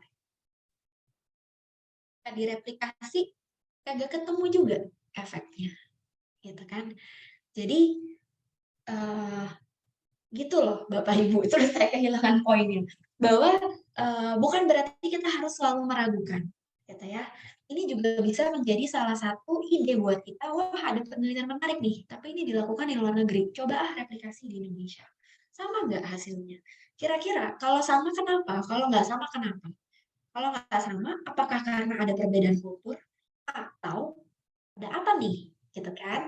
Apakah ada pelanggaran etika? Nah, bahkan saya juga mengencourage mahasiswa, ayo dong, kamu baca, cari jurnal yang buat kamu menarik. Boleh loh lakukan studi replikasi di Indonesia. Ya. Alat ukur udah ada, research question sudah ada, tinggal dilakukan kembali gitu kan. Bahkan ada jurnal-jurnal yang memang mengencourage untuk submit penelitian replikasi. Gitu. Jadi jangan salah Bapak Ibu, replikasi itu bukan studi yang artinya mencontek gitu. Yang penting kita kasih tahu bahwa ini adalah studi replikasi dari penelitian sebelumnya. Nah, kenapa kita harus melakukan open science? Ini bisa jadi menjadi salah satu syarat utama dari jurnal-jurnal berkualitas tinggi. Sudah mulai Bapak Ibu bisa cek di toko sebelah, banyak jurnal Q1 yang mengharuskan lu harus berani sharing data. Gitu ya. Itu salah satu requirement dari jurnal yang top gitu ya. Nah ini, kalau Bapak Ibu atau rekan-rekan sekalian sudah melakukan sesuai etika, kita dapat badge ini loh. Ini jadi Bapak Ibu bisa lihat nih, kalau si Juliana, nah dia melakukan sharing data, iya, sharing material, iya, dan dia pre-registrasi. Kalau si Sonya, dia cuma melakukan open data sama open material, sharing data sama sharing material, tapi tidak melakukan registrasi. Jadi semakin banyak pahalanya, semakin dicatat nih di sini nih, gitu. Lumayan ya.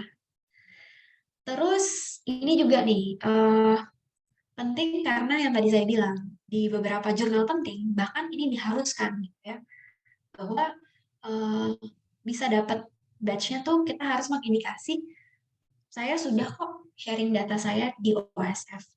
Saya sudah kok sharing alat ukur saya di OSF dan saya melakukan pre-registrasi. Jadi akan ada di beberapa jurnal yang memberikan Bapak Ibu form ini untuk ditandatangani secara formal.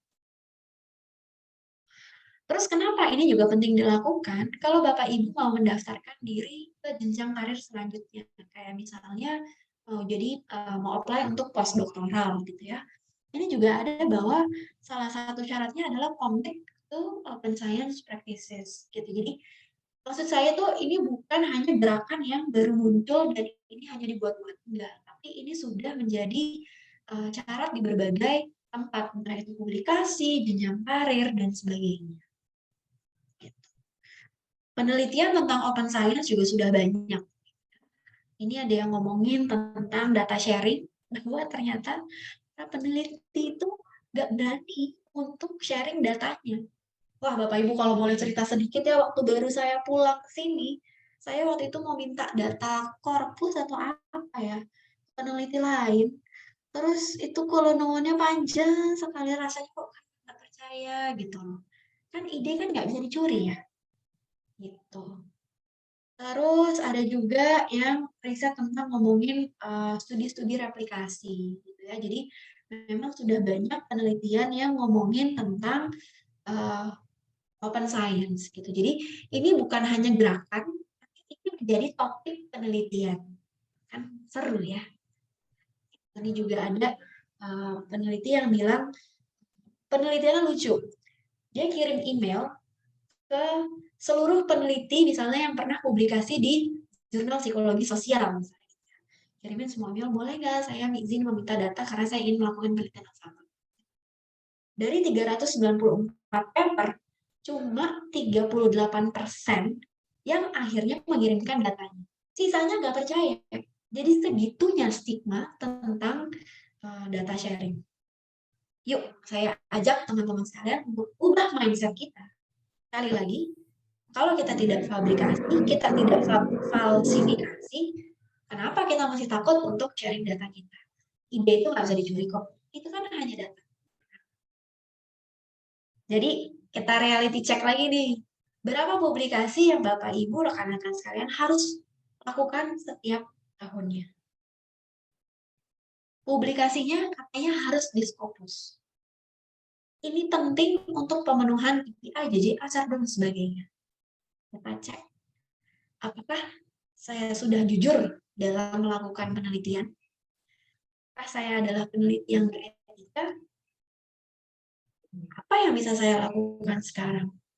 Nah, tadi Bapak Ibu sudah lihat. Yuk, lakukan pre-registrasi. Kita sharing data material analisis kita. Citasinya udah benar belum di manuskrip Bapak Ibu? Terus ajarkan mahasiswa kita untuk mulai menerapkan perilaku ini. Sebarkan tentang movement ini, gerakan ini.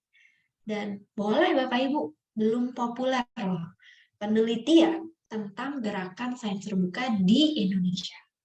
Karena saya rasa belum banyak peneliti yang tahu dan paham tentang batasan dari open science practices atau questionable research practices. Yuk, jadi saya titip juga Bapak Ibu yang sudah di sini, kita sebarkan pesannya. Ya, sedikit saja sebelum saya tutup ya Mbak Chanes, mungkin masih ada waktu? Masih, Mbak Farah, masih ada. Oke, kalau Bapak Ibu penasaran, website Open Science Framework seperti ini, osf.io, gitu ya. Nah, nanti Bapak Ibu misalnya gini, saya ingin bikin, saya akan punya proyek penelitian tentang A, gitu ya. Dan saya mau mulai melakukan data sharing. Good. Caranya, tinggal bikin akun di OSF, gitu ya. Login atau register, setelah cetak-cetik isi. Terus nanti, nah ini dashboard saya nih. Ini Bapak Ibu bisa klik create new project. Ini kalau saya boleh tunggu ya, stop sharing, share screen aja. Nah, nih. Bapak Ibu udah bisa lihat ya, Mbak Shanas, screen saya terganti ya? Di dashboard sekarang, ya. Ya, betul. Jadi ini adalah tampilan dari OSF. Kalau Bapak Ibu sudah punya banyak project, nih kayak saya dengan Mas Wisnu gitu ya, sudah ada, ini jadinya banyak gitu. Kalau belum ada, kita bisa bikin create new project. Nama projectnya apa? Misalnya ini project ya. Storage location-nya boleh di mana aja. Biasanya saya lakukan di Jerman. Kalau mau ditulis deskripsinya, misalnya penelitian ini adalah tentang perbedaan kepribadian makhluk gaib dan manusia. Seperti gitu. Terus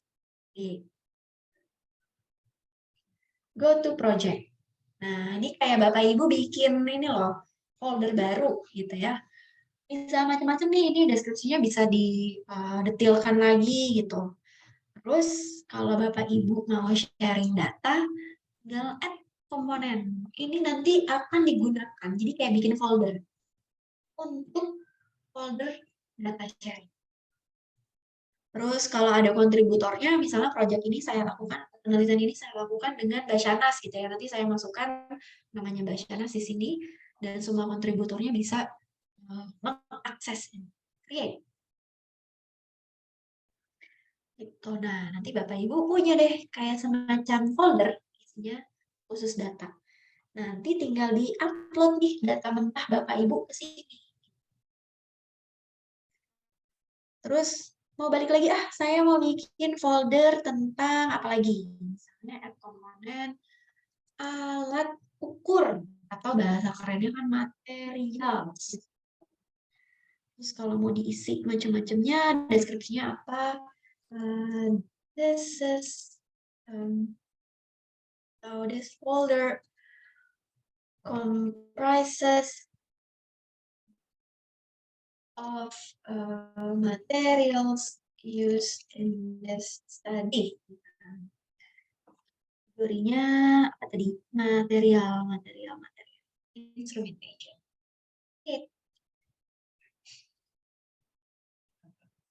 Gitu. Terus Bapak Ibu bisa masuk ke komponennya. Kalau mau upload tinggal klik ini upload gitu ya. Nanti kalau misalnya perlu diadakan sesi khusus untuk hands-on OSF gitu ya, mungkin teman-teman di ASP berdasarkan permintaan nanti kita bisa sama gitu kali ya. Nah, jadinya akan seperti ini nih Bapak Ibu. Kalau yang lengkap, nanti Bapak Ibu bisa lihat seperti yang tadi saya tunjukkan di ini nih. Jadi ada material, ada pre-registrasi, ada data, dan sebagainya. Jadi kan rapih ya, dan orang bisa akses ini. Kalau Bapak Ibu izinkan. Nah, terus registrasi bikinnya seperti apa? Kalau Bapak Ibu sudah punya proyeknya, tinggal klik registrasi.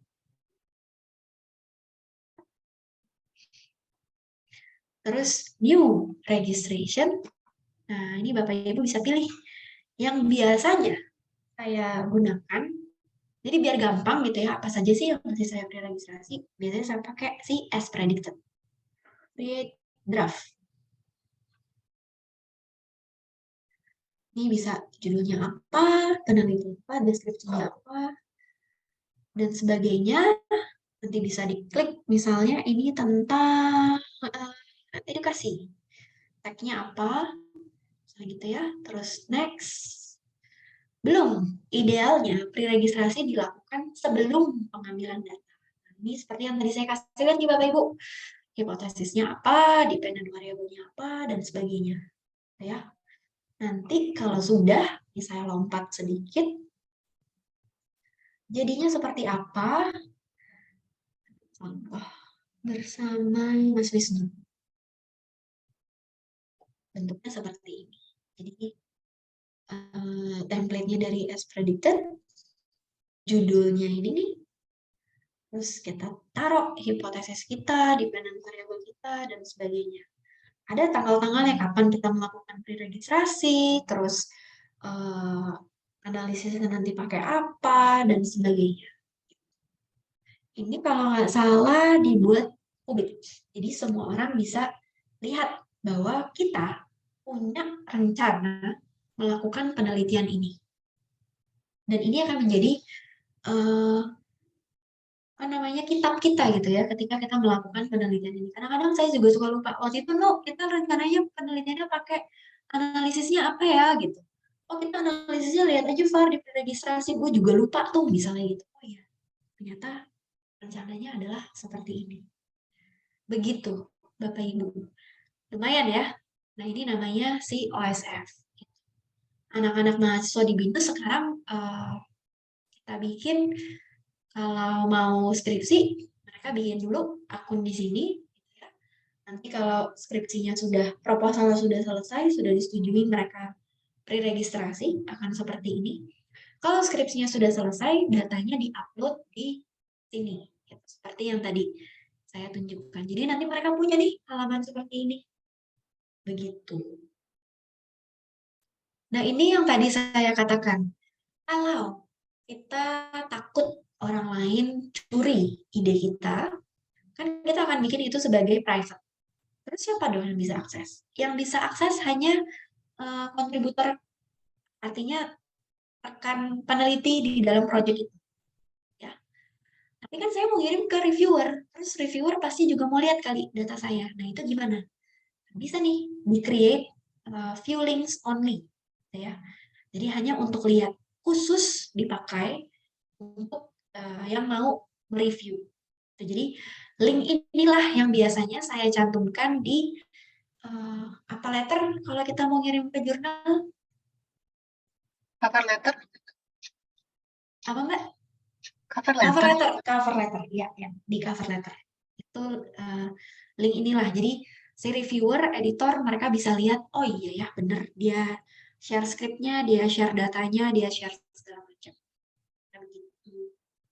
Gitu. Terus, nah itu Bapak Ibu soal OSF. Mbak Shanes, aku boleh izin nggak untuk promosi?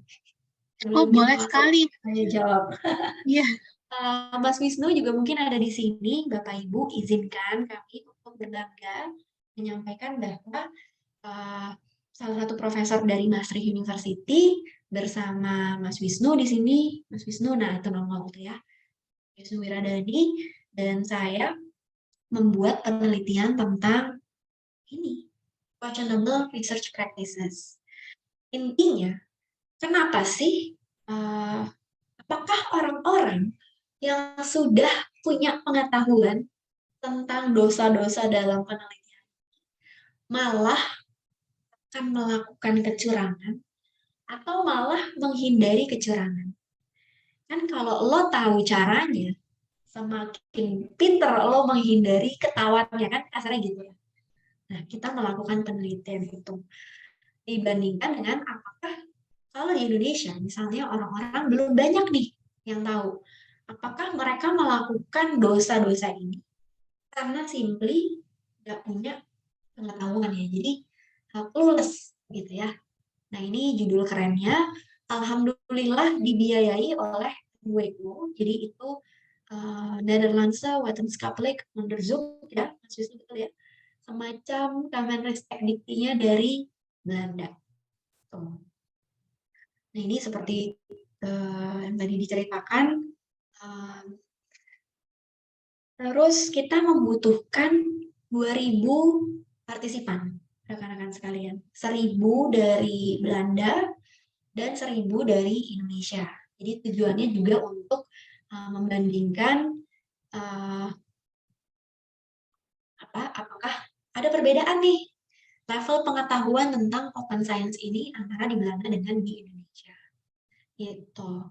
Nah, kalau Bapak Ibu nanti berniat dan rekan-rekan berniat, monggo untuk bantu jadi partisipan atau setidaknya menyebarkan berita ini ke rekan-rekan yang ada di sekitar kalian.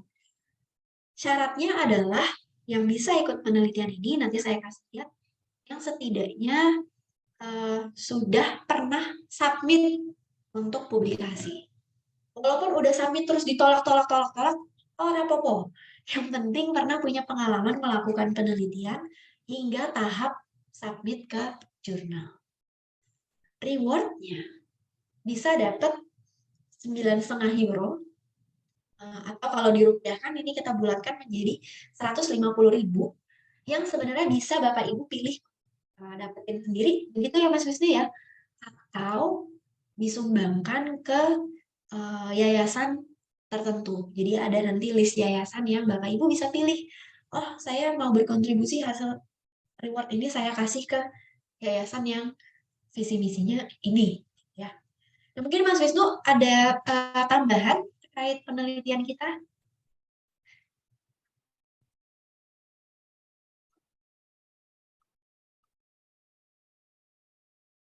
Mas.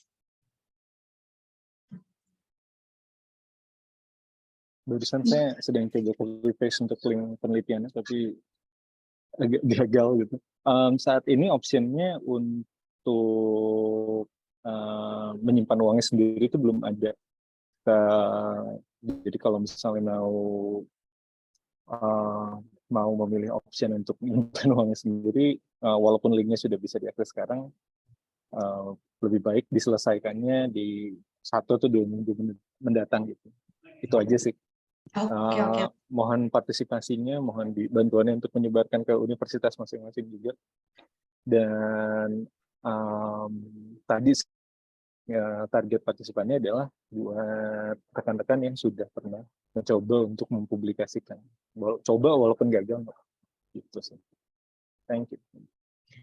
Ya, jadi nanti slide ini akan saya berikan ke teman-teman mungkin ya, kalau Mas Wisnu sudah mau membagikan link untuk partisipasi, atau nanti kita kan katanya kalau peneliti ini agak pinter gitu ya, kita sampai bikin ini loh Bapak Ibu, community-nya gitu ya, sosial medianya di Instagram gitu kan.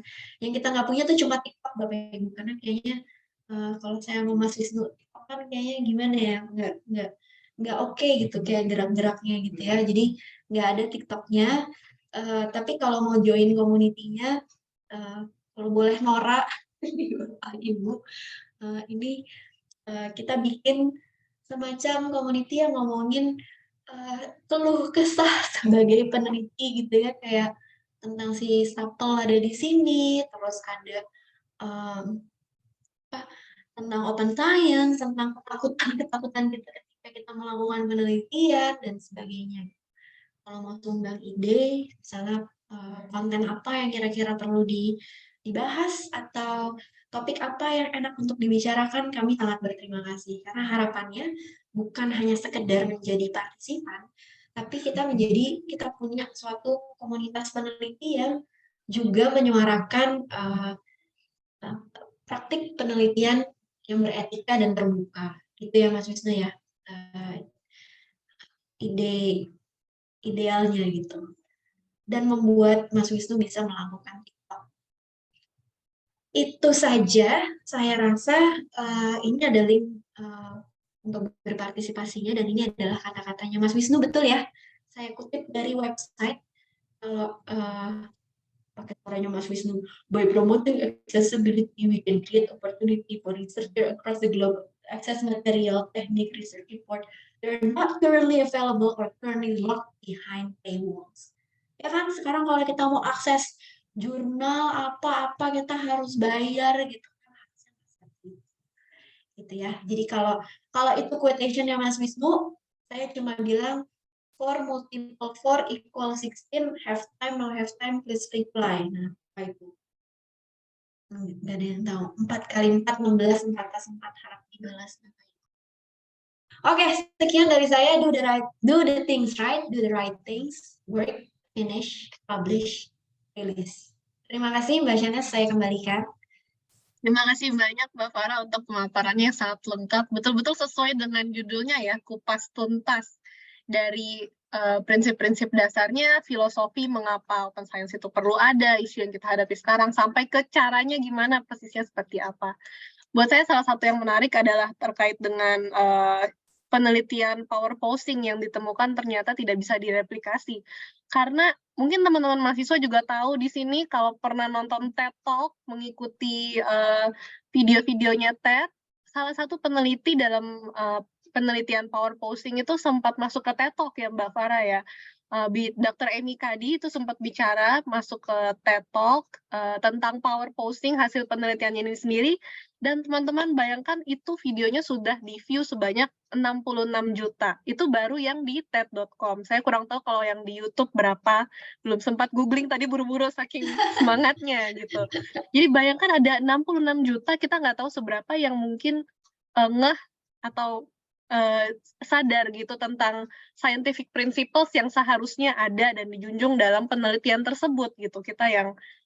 Kita sebagai peneliti di sini semua peneliti ya, baik yang sudah melewati skripsi maupun yang belum, punya disitulah tanggung jawab kita untuk memastikan tadi yang Mbak Farah sebutkan sebagai ethical researcher, peneliti yang menjunjung etika. Tapi Mbak Shana, sebelum lanjut nih, daripada salah kaprah, yang tadi tidak bisa direplikasi adalah khusus dari penelitian itu gitu ya, belum tentu peneliti yang lain mungkin dengan metode yang lain atau prosedur yang lain justru menemukan hasil yang signifikan gitu. Jadi yang tadi saya bicarakan justru yang tidak bisa direplikasi itu khusus yang tadi yang itu gitu ya.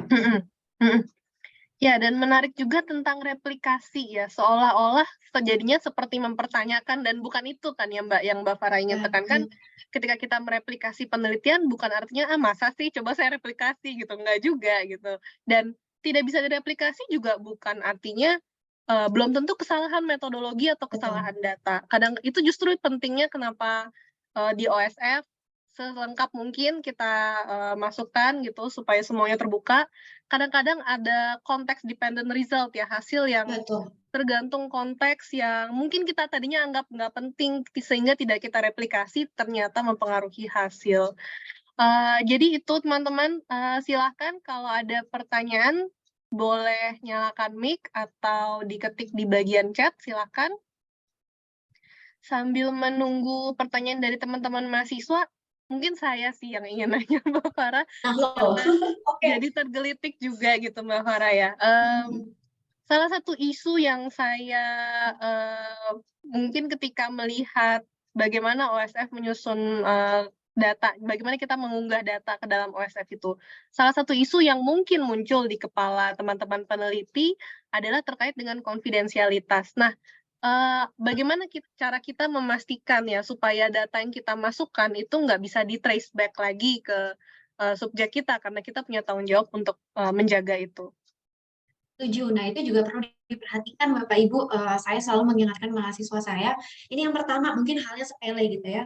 Kalau tidak perlu meminta nama, email, nomor telepon gitu ya, mendingan nggak usah gitu ya. Kalau memang tidak perlu, tidak usah. Karena sekarang seringkali kita lupa mengajarkan ke mahasiswa, Pak. Karena mungkin terbiasa dengan setiap kali kita mengisi ujian harus selalu ada namanya. Nah, ini nggak perlu gitu ya. Jadi kalau memang tidak perlu, tidak usah. Pertanggungjawabannya panjang tuh ke belakang seperti apa. Dan kalau memang diperlukan, itu biasanya data yang saya unggah itu nggak ada IP address, nggak ada alamat email, nggak ada apapun gitu. Jadi itu salah satu yang kami juga cek ketika prasidang untuk mahasiswa skripsi kami, bagaimana cara mereka menjaga anonimitas nama partisipan. Kalau sekarang kan anak-anak skripsi suka mau ngasih reward ya, berarti kan butuh nomor telepon, butuh alamat email untuk ngasih reward. Nah, itu yang kita pastikan itu yang tidak diunggah ke OSF. Gitu. Itu salah satu caranya sih. Dan kalau pakai Qualtrics gitu ya Mas Wisnu ya, nanti Mas Wisnu mungkin bisa bicara tentang detailnya. Ada juga sekarang di berbagai platform cara-cara untuk apa Mas tidak men-trace semacam IP address. Jadi jangan khawatir, platform pengambilan data zaman sekarang juga sudah memenuhi GDPR gitu. Itu sih kerennya zaman sekarang gitu ya. Iya. Tapi tetap masih ada yang perlu kita double check, apakah kita masih meminta data-data yang sifatnya kayak zaman dulu gitu, nama, alamat. Kalau enggak kan nggak usah. Ya, menarik. Kalau kadang-kadang saya menemukan skripsi yang minta nomor HP karena reward dari skripsinya adalah memberikan GoPay atau OVO gitu ya kadang-kadang. Sebenarnya jadi ini mungkin mengingatkan kita semua lagi bahwa tidak semuanya yang kita lakukan dari niat buruk gitu. Tadi yang seperti Mbak Farah jelaskan, nggak mungkin awalnya niatnya innocent, enough, gitu, cukup tanpa rasa dosa, tapi ternyata bisa menjadi berbahaya. Dan ini Mas Wisnu juga menyebutkan tentang anonymous redirect links. Saya kurang familiar tentang hal ini. Mungkin Mas Wisnu mau menjelaskan lebih lanjut? Ini yang thank you Mbak Shanice. Ini yang tadi disampaikan Mbak Farah sih sebenarnya, bahwa kalau misalnya kita mau kasih hadiah nih buat partisipan atau ada undiannya, sehingga dia harus memasukkan nomor telepon atau alamat email atau sesuatu yang bisa diidentifikasikan secara pribadi, bisa Google misalnya dari platform Qualtrics atau di BINUS kalau pakai Line Survey, gimana sih caranya membuat si anonymous redirect links ini atau anonymous raffles istilahnya. Jadi yang terjadi adalah kita ambil datanya di satu project survei, nanti di akhir project survei itu kita buat link ke project yang berbeda. Nah, hanya partisipan yang sudah selesai dari project survei ini yang sudah mengisi survei kita gitu, atau penelitian kita yang bisa mengakses si link ini karena dia ditemukannya di akhir. Dan link ini hanya bisa diakses kalau dia redirect dari project ini. Jangan sampai nanti, wah ini ada link buat OVO nih, terus dibagi-bagiin ke partisipan yang lain walaupun dia tidak ikut sebagai partisipan gitu sih. Nah ini kalau mau Google cari frasanya adalah si anonymous redirect links ini. Gitu.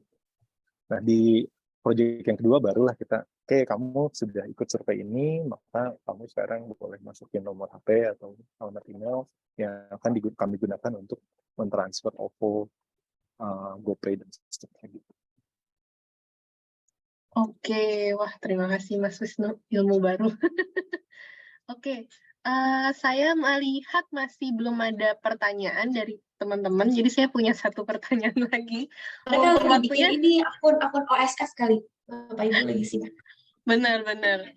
Mumpung waktunya jadi bisa saya gunakan, mungkin saya ingin tanya, ini mungkin teman-teman peneliti bisa aja ada yang akan melanjutkan studi atau akan menjajaki karir sebagai seorang akademisi nanti di masa depan, atau buat teman-teman akademisi yang mungkin kebetulan ada di sini, saya ingin tanya, Mas Wisnu, Mbak Farah dan Mas Wisnu kan berarti kan sudah mulai menggerakkan gerakan open science di institusi masing-masing. Kita nggak bisa lepas dari institusi apapun itu, institusi penelitian atau mungkin ada yang di universitas.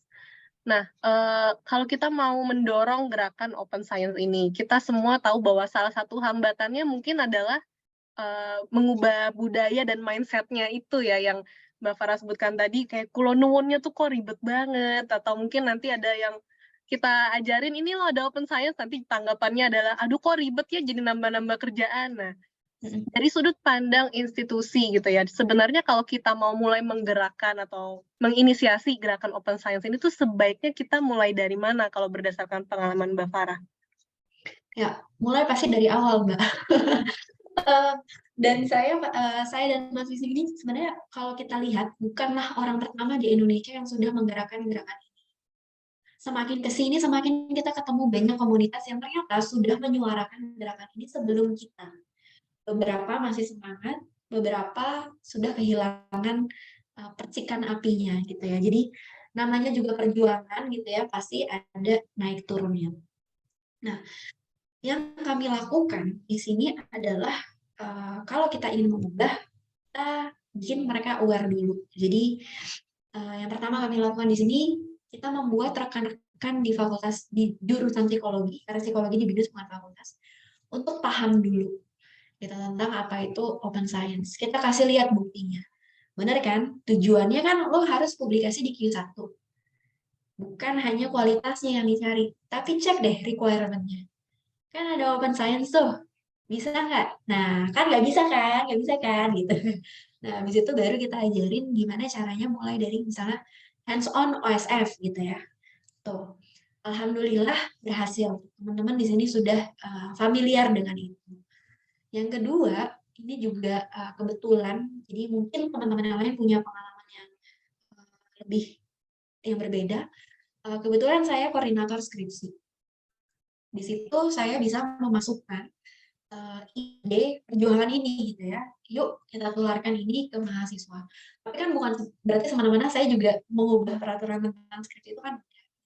Tapi karena koleganya pun dan jurusannya pun sudah aware tentang ini, lebih mudah gitu masuknya ke situ. Jadi mulailah teman-teman mahasiswa terbiasa dengan mulai dari hal kecil deh, sharing data gitu ya. Itu juga ya makanya tadi saya selalu balik lagi kekhawatiran itu nyata, stigma itu nyata. Kalau saya share data, nanti ide saya diambil. Kalau saya share preregistrasi, ide saya diambil. Ada nggak kasus yang kayak gitu? Ada, Mbak. Tetap ada kayak reviewer ngambil ide dari manuskrip yang diterimanya, kemudian diolah. Itu ada. Tapi kan sebenarnya preregistrasi menyelamatkan kita dari itu. Ada timestamp-nya. Kita bisa bilang, itu kan bukan ide lo. Itu ide gue. Buktinya dia ada nih. Gue masukin ini di tahun 2015. Lu kapan? Kalau nggak punya bukti, gue ada di OSF. Gitu loh. Jadi, kita selalu kasih contoh yang nyata. Bentrokan dengan peraturan-peraturan yang ada. Ini nggak gampang. Ini belum selesai. Bahkan, penelitian ini pun juga dilakukan dengan sangat hati-hati gitu karena kami masih melihat stigma yang masih ada, sensitivitas tentang itu gitu. Ya itu doakan ini mudah-mudahan ini langkah pertama dari journey yang perjalanan akan panjang gitu. Oke, jadi betul-betul dikasih lihat personal relevansi kepada pekerjaan mereka masing-masing, kepada diri mereka masing-masing, ibaratnya what's in it for me-nya gitu ya, untungnya buat gue apa gitu. Ya ke publikasi, ke jenjang, ujungnya ke jenjang karir dan tanggung jawab kita juga gitu. Oke. Terima kasih banyak. Nggak cuma di Indonesia, Mbak Shanes, kalau boleh nambahin waktu gerakan ini keluar di Eropa pun, waktu itu kebetulan saya masih S3 di sana, itu pun juga menjadi pertentangan gitu di fakultas saya aja tuh sampai ada forum yang dua sisinya juga berantem gitu ya. ngapain kita lakuin tenaga kesehatan, ngapain kerjaan administrasi sebanyak. Jadi itu hal yang wajar. Tapi kan look at them now gitu, mereka sudah ke arah sana. Jadi tidak menutup kemungkinan Indonesia juga bisa berjalan ke arah sana. Masih ada harapan kok. Saya masih mikirnya seperti itu. Oke, terima kasih banyak Mbak Farah untuk penjelasannya dan berbagi pengalamannya hari ini. Terima kasih juga untuk Mas Wisnu yang berbagi informasi. Dan terima kasih juga untuk para peserta yang sudah menemani diskusi hari ini dan atas partisipasi Anda semua. Saya mohon izin untuk meminta masukan dan saran dari para peserta di sini melalui form evaluasi. Anda bisa isi di link yang sudah saya taruh di bagian chat. Sekaligus juga seandainya Anda memerlukan sertifikat, itu akan disebarkan dan disusun melalui form evaluasi tersebut. Jadi silakan diisi bagi para peserta. Dengan demikian, jika sudah tidak ada pertanyaan dari peserta lain, saya tutup diskusi kita kali ini. Hanya diskusinya yang ditutup, bukan semangat dan gerakannya. Mudah-mudahan justru menjadi percikan api tambahan buat gerakan Open Science di Indonesia. Terima kasih Mbak Farah untuk pemaparannya hari ini dan para peserta lain. Sampai ketemu dalam diskusi kita yang lain. Terima kasih semuanya. Terima kasih. Selamat sore semua. Selamat sore.